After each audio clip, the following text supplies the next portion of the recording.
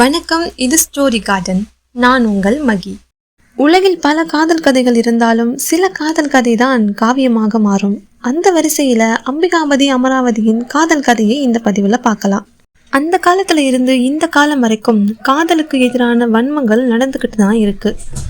அது எல்லாத்துக்கும் காரணமா ஜாதி, மதம், பொருளாதாரம், அரசியல் அப்படின்னு சில பாகுபாடுகள் இருந்தாலும் சில சமயத்துல காதல்னு பேரை வச்சு வரம்பு மீறிய சம்பவங்கள் நிகழும் போது காதலுக்கான மரியாதை கேள்விக்குறியாதான் இருக்கு. இது எல்லாத்துக்கும் நடுவுல காலங்கள் பல கடந்து நம்ம எல்லாரோட மனசுலையும் நீங்காத இடம்பெற்ற அம்பிகாபதி அமராவதியின் காதல் காவியம் பற்றி பார்ப்போம். கவி சக்கரவர்த்தி கம்பருடைய மகன் தான் அம்பிகாபதி. கம்பன் வீட்டு கட்டுத்தறியும் கவி பாடும் அப்படிங்கிறதுக்கு ஏத்த மாதிரி அம்பிகாபதியும் கவி பாடுவதில் வல்லமை பெற்றவனாக இருந்தான். அந்த நாட்டை ஆட்சி செய்துக்கிட்டு வந்த சோழ மன்னன் குலோத்துங்க சோழனுடைய மகள் தான் அமராவதி. அந்த காலத்துல ஆசிரியர் வீட்டுக்கே போய் கல்வி கற்பது வழக்கமா இருந்துச்சு. குலோத்துங்க சோழன் தன்னுடைய மகள் அமராவதிய கல்வியில் சிறந்து விளங்கிய கம்பருடைய வீட்டிற்கு கல்வி கற்பதற்காக அனுப்பி வைக்கிறாரு. அமராவதியும் தினந்தோறும் கம்பருடைய வீட்டிற்கு சென்று கல்வி பயின்றுக்கிட்டு வராங்க. ஒரு நாள் கம்பருக்கு வெளியூர்ல வேலை இருந்ததால வெளியில கிளம்பி போயிட்டாரு. அந்த சமயத்துல அம்பிகாபதி அமராவதிக்கு கல்வி கற்றுக் கொடுக்கறான். அம்பிகாபதியினுடைய திறமையை பார்த்ததும் அமராவதிக்கு அவன் மேல ஒரு ஈர்ப்பு ஏற்படுது. அதே போல அம்பிகாபதிக்கு அமராவதி மேல ஒரு விருப்பம் ஏற்படுது. நாளடைவில் 2 பேருக்கும் நடுவுல காதல் மலருது. அடிக்கடி அவங்க 2 பேரும் வெளியில போறது சந்திக்கிறதுன்னு இருக்காங்க. எப்படியோ அம்பிகாபதி அமராவதியினுடைய காதல் விவகாரம் மன்னருடைய காதுக்கு அரசல் பரசலா போய் சேருது. இதுக்கும் அமராவதி மேல மன்னரும் ஒரு கண்ணு வச்சு கவனிக்கிறாரு. ஒரு நாள் அமராவதி கன்னி மாடத்துல நின்று ஏதோ பாக்குறா. அந்த சமயத்துல அந்த வழியா அம்பிகாபதி போறான். அமராவதி பாக்குறது அம்பிகாபதிக்கு தெரியும். 2 பேரும் மாறி மாறி பாக்குறாங்க. அம்பிகாபதி ஒரு கவிஞன் இல்லையா? அமராவதியை பார்த்ததும் பாடல் ஒன்றை பாடி விடுகிறான். இவங்க 2 பேருக்குள்ளேயும் நடக்கிற ஊடலை மன்னரும் கவனிச்சிடுறாரு. ஒரு பெரிய இடத்து பொண்ணை ஒரு இளைஞன் பார்த்தானா என்ன நடக்குமோ அதுதான் அம்பிகாபதிக்கும் அன்னைக்கு நடந்துச்சு. மன்னர் அம்பிகாபதியை கூப்பிட்டு கண்டிக்கிறாரு. அவனும் ஏதேதோ சொல்லி சமாளிக்கிறான். ஆனா மன்னருக்கு எதுவும் சரியா படலை. ஒரு நாள் புலவர்களை சிறப்பிக்கிற விதமா விருந்து ஒன்று அரண்மனையில நடக்குது. அந்த விருந்துல தன்னுடைய அப்பாவுடன் அம்பிகாபதியும் கலந்துக்கிறான். பலவிதமான உணவுகள் சமைச்சு வைக்கப்பட்டு இருக்கு. மன்னர் தன்னுடைய மகளை கூப்பிட்டு சில உணவுகளை விருந்தினருக்கு பரிமாறும்படி சொல்றாரு. அமராவதியும் உணவு பரிமாறுறா.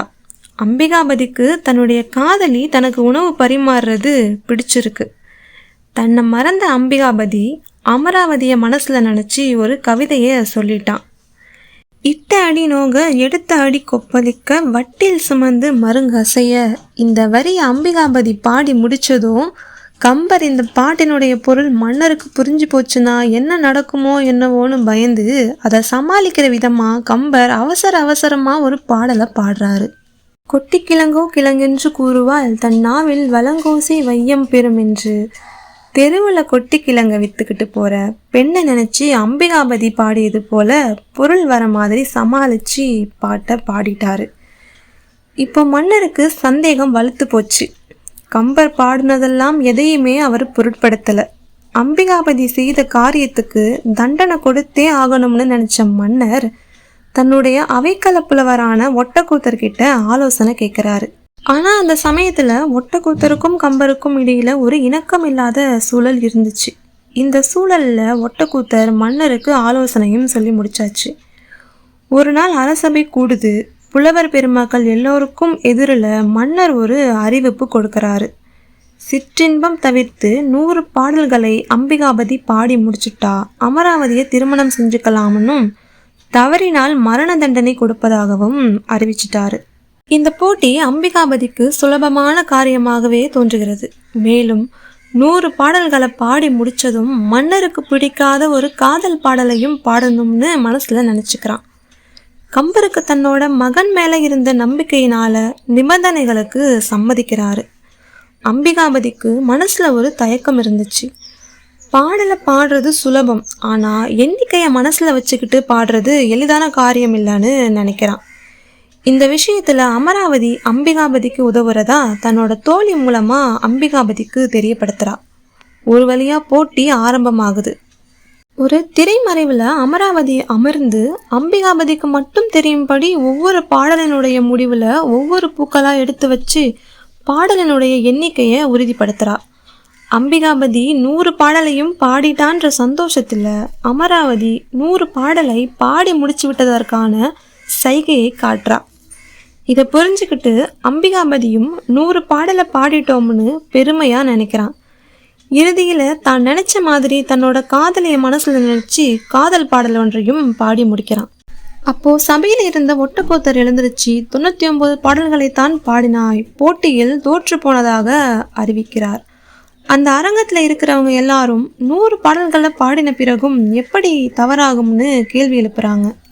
அம்பிகாபதி போட்டியினுடைய தொடக்கத்தில் பாடின முதல் பாடல் கடவுளுக்கானது, அதை கணக்கில் எடுத்துக்க முடியாதுன்னும், கடைசியாக பாடின பாடல் இளவரசி அமராவதியை மனசில் நினச்சி பாடின காதல் பாடல் நிபந்தனையை மீறியதாகவும் விளக்கம் கொடுக்கறாரு. அவசரப்பட்டுட்டோமேனு அம்பிகாபதி துடிச்சு போகிறான். போட்டியோட நிபந்தனைகளை புரிஞ்சுக்காம முதல் பாடல் கடவுளுக்கானதுன்னு தெரியாமல் 100 பாடல்னு கணக்கு வச்சதை நினச்சி அமராவதி துடிக்கிறா. கம்பர் கலங்கி நிற்கிறாரு. சபையில் இருந்த மற்ற எல்லாரும் அனுதாபப்படுறாங்களே தவிர அம்பிகாபதிக்கு ஆதரவாக யாரும் குரல் கொடுக்கல. ஏற்கனவே முடிவு செஞ்ச மாதிரி அம்பிகாபதி கொலைக்களத்துக்கு அழைத்து செல்லப்பட்டான். மரண தண்டனையும் நிறைவேற்றப்பட்டது. அமராவதி அரண்மனையிலிருந்து ஓடி சென்று பார்க்கும்போது அம்பிகாபதியினுடைய இறந்த உடல் கிடக்கு. உடல் மீது விழுந்து கதறி அழுது தன்னுடைய உயிரை மாய்த்து கொண்டாள். இதோட அம்பிகாபதி அமராவதியினுடைய காதல் கதை முடிவடைகிறது. ஒரு நாட்டையே ஆட்சி செய்கிற மன்னனுடைய மகளை சாதாரண கவிஞனுடைய மகன் விரும்பியதால நேர்ந்த ஒரு வன்மமாக கூட இதை நாம எடுத்துக்கலாம். ஆனால் காலம் பல கடந்தும் அம்பிகாபதி அமராவதியின் காதல் காவியமாக நம்முடைய மனதில் வாழ்கிறது. மீண்டும் இது போன்ற சுவாரஸ்யமான கதைகளை தெரிந்து கொள்ள காத்திருங்கள்.